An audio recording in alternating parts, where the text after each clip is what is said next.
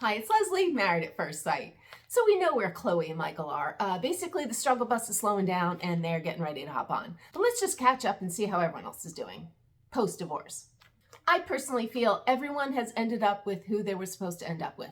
The girls ended up with a bunch of girlfriends and the guys ended up with some guy friends. And that was how it was supposed to end up. But the girls got together and this is what they could all agree upon. Funny thing that we wanted to document is that none of our husbands or now ex-husbands have not texted us whatsoever after yesterday, which it seems like to some extent, while different, we all deserve some sort of apology.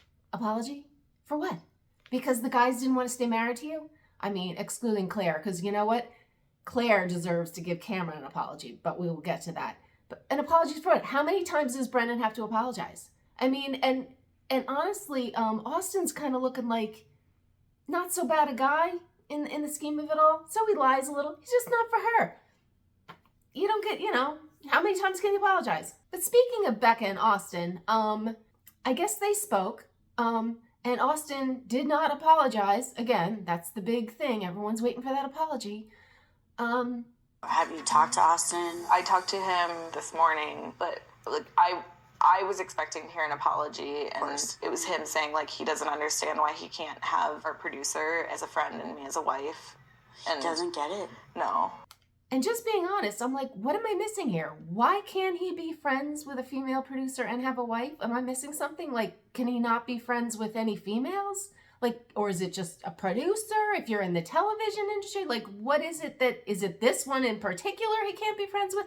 I don't get it, because that seemed harmless to me, but who am I?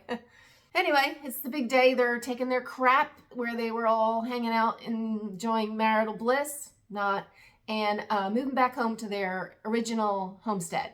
And thankfully, thank God, if nothing else has gone right, this has gone right. Becca has decided she is not taking her one fish. She's leaving them together because, seriously, we cannot handle another breakup. We've had enough this season. So thankfully, the fish will be one of the few couples that stay together this season.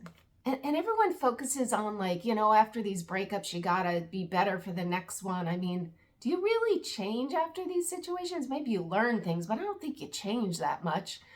I mean, I guess you kind of do. I don't even know. But, everyone's like, well, I got to get better. And I can't be with someone, like Austin who hasn't done the work.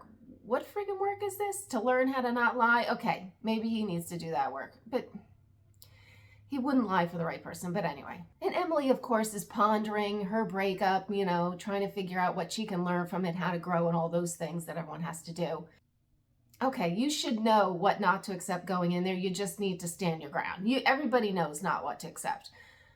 You just got to do it. Just got to do it. But what was crazy, Emily, for this season, I mean, thankfully they did a beautiful job on her head. You can't even see it. It's kind of under the hairline there. But she's still wearing the wrist brace from that accident in the water. She was beat up this season, emotionally, physically.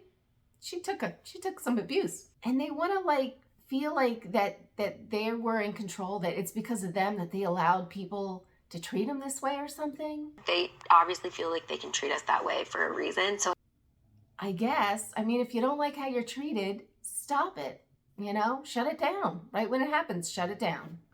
As someone said, you teach people how to treat you.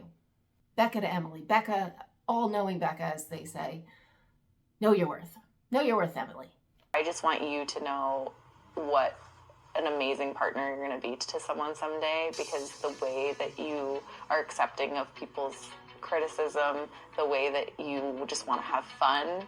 I imagine you maybe one day as a mom, if you want to do that. And I just think your partner is going to be so lucky. Yep, there's a lid for every pot. So there is a lid for Emily. And he's out there. She's just got to find him.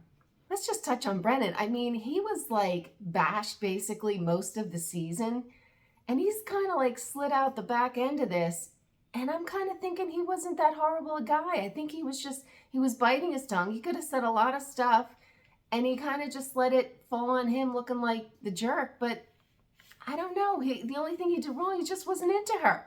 You sign up for this stuff. What was he supposed to leave her after 2 weeks? We would have bashed him for that. He sticks it out for 6 weeks. We bash him for that. What was he supposed to do? I don't think he could win other than if he fell in love with her and wanted to stay married.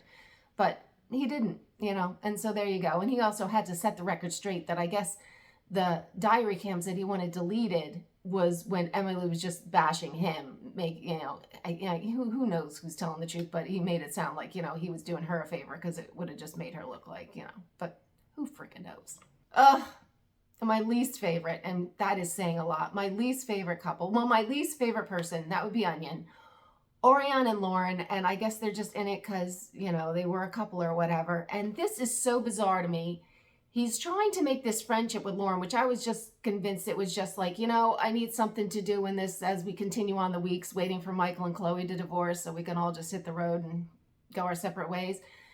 I feel like he was just saying, I want to be friends with Lauren, just to have some storyline or something. He goes out with her. Now he wants to be friends with her and maybe friends with benefits. And the whole thing that is crazy about this, if this person, Lauren, was so offensive from what she said that was so insensitive and degrading and could not even fathom that his parents would hear like a friend of his saying this, how are you going to be friends with this person? They weren't good enough to be married to. They're good enough to be friends with, but that same person still said that. Makes no sense. Orion, I'm calling bullshit on you. I think you're just full of it. Thank God Lauren saw through all that and hit the road. She doesn't need to put any energy into that nonsense. And Lauren asks him if he's dating. Are you going to start dating soon? Or have you been dating? I don't know. I feel like I'm not quite done in this process with you. Say what? Not done? What? Oh my God, Onion. No one's buying this. No one's buying this. And thankfully, neither is Lauren. Anyway, I follow this nonsense every week, so if you want to follow along, please subscribe, hit the notification bell. If you made it this far, hit like on the video, help me out. And I will see you next week. Bye.